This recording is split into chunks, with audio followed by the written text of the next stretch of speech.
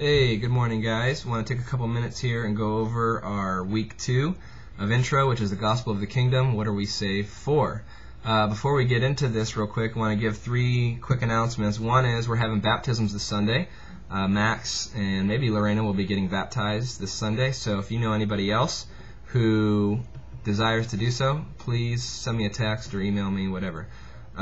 Secondly, we are having prayer in the mornings 1 day a week, which is Wednesday. Hope you guys can make it. I know some of you have hard work schedules and that's not a possibility, but for some of you who can make it, please make it a point to do so. It's been really good lately, and I want as many of our leaders to participate as possible. And lastly, this Saturday we're having our leaders breakfast, so hope you're here. We'll be here. Put that on your schedule, by the way, for the first Saturday of every month. I know this month we pushed it back because we had a lot of people out of town last week, including the India team getting rested up. So those 3 things, and on to week 2 intro. Alright, last week had some really good, by the way, feedback from Brandon and Kelly's House Church and Derek from you guys both, that what you guys shared was really good. I want to strongly encourage you to not read this and articulate this content as if it were just passed on down and this is what you have to do.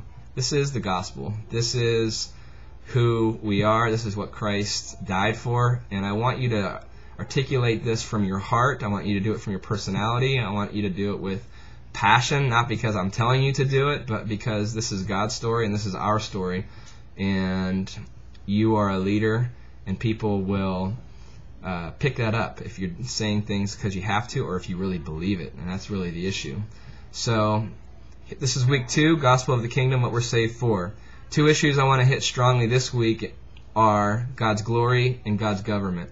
Jesus declared the gospel of the kingdom, not the gospel of salvation, meaning it's not just that we are saved from something, but he was in essence declaring that we're saved for something. It was the gospel of the kingdom, it was the good news of the kingdom. And so I've described it in our handout as defining the gospel of the kingdom as the good news of God's glory and government being restored to the earth through Christ and His church. And so we're going to hit those 2 issues strongly, God's glory and God's government. Specifically in Romans chapter 3, verse 23 says, "For all have sinned and fall short of the glory of God." That's the reason why sin is so devastating. Not just that it's sin itself, but it hindered the original intent of our creation in the first place, according to Isaiah 43, which was that we are created for His glory. And so sin is bad, not because for sin's sake, but because it hindered our ability to give God glory, which is what we were created for. And so the good news of the gospel is that we can now give God glory again, which is our original intent of creation. And that's important because everybody's asking, why am I here? What was I created for? How is my personality? How I'm wired? What is all that unto? What is all that for? And so that's the good news, is that it's for God. And so we want to hit 2 specific issues under God's glory. One of them is that unbelief and pride in the garden resulted in sin, distrust, and idolatry, which is the opposite of giving God glory.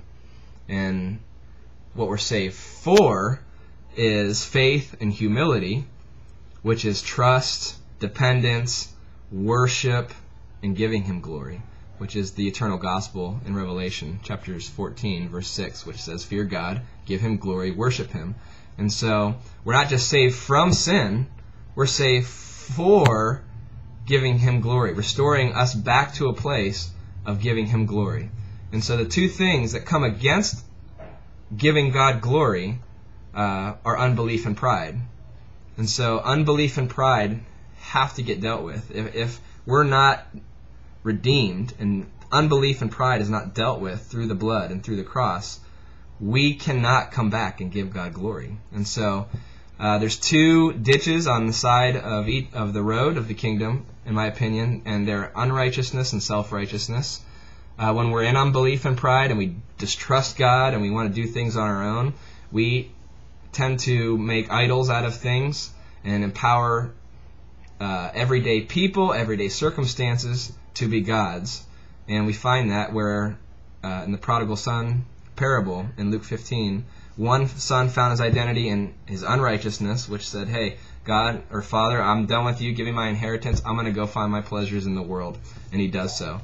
The other older brother, found his identity and security in his self-righteousness. And so he had a hard time rejoicing when the younger brother came home because his dad never threw him a party like that. And so he found his identity not in what he did do, but what he didn't do.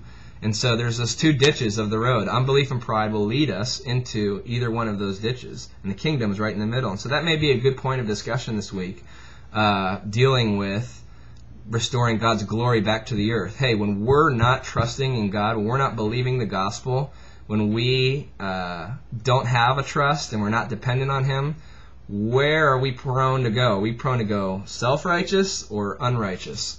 And so we want to talk about those ditches because those things keep us from glorifying God. John Piper does an excellent job in describing God's glory and our pleasure. If you have never read the book Desiring God, really want to encourage you to do that. I have a quote in here by him. The other issue you may want to hit too under point 3 in beholding His glory in the handout is selling all and finding our joy in selling all. In Matthew chapter 13, verse 44, Jesus talks about a man who found treasure in a field. When we see the kingdom, when we perceive God's glory, the price of the field doesn't really matter. And selling everything we have to go get that field is not a drudgery, it's a joy. And so this is, when we're talking about God's glory, we're talking about our joy at the same time. And we can't separate our joy from God's glory because I think they're one and the same.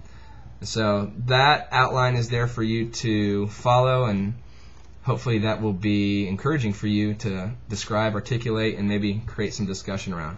Okay, second issue is God's kingdom, which is God's government. We cannot separate God's glory from His government or His kingdom. If God's domain or His kingdom is not in a geographical location, He's not getting glory. And so the good news of God's glory and government coming to the earth is this. It's about a kingdom. It's about a king who has rule over a domain, and it starts with our hearts. And so God only gets glory where His kingdom is, which is the domain of the king. A couple topics we want to hit under this, which is authority and responsibility. This is not a religion, so to speak. This is a kingdom. He is a king, and He has ways. And those who carry the most authority in the kingdom are the ones who bear responsibility.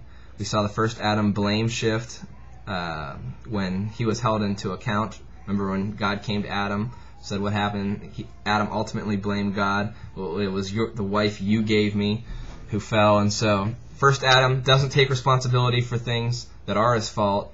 The second Adam, who is Christ, takes responsibility for things that weren't his fault. And so Jesus, as king, inverts the triangle for us and puts servant leadership and taking responsibility as those who will carry the most authority in the kingdom. And so I love this topic. This is a deep topic. You can take it as deep as you want. A couple of points I have hit on the outline.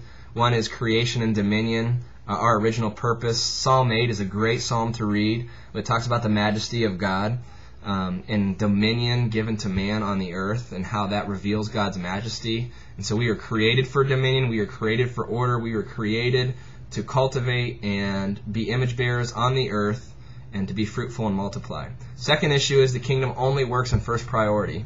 And there's a tendency to take spouses, money, possessions, whatever, and to turn them into idols if we're not careful. And so the kingdom of God doesn't work in any priority other than first. The other issues are authority and responsibility, which I talked about earlier. And we're also going to talk about His ways. And so since everything is the king, if we have a kingdom perspective, all of our resources are His. And so this addresses our stewardship of our money, of our time, of our relationships. I mean, it addresses everything, because if we really believe all things are His, we're going to steward them with a completely different perspective versus thinking some is mine, some is God's.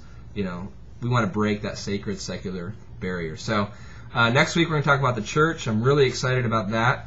But this week, if you can just share from your own heart and share from your own experience, why these two topics are really important, not just what we're saved from, but the gospel of the kingdom, what we're saved for.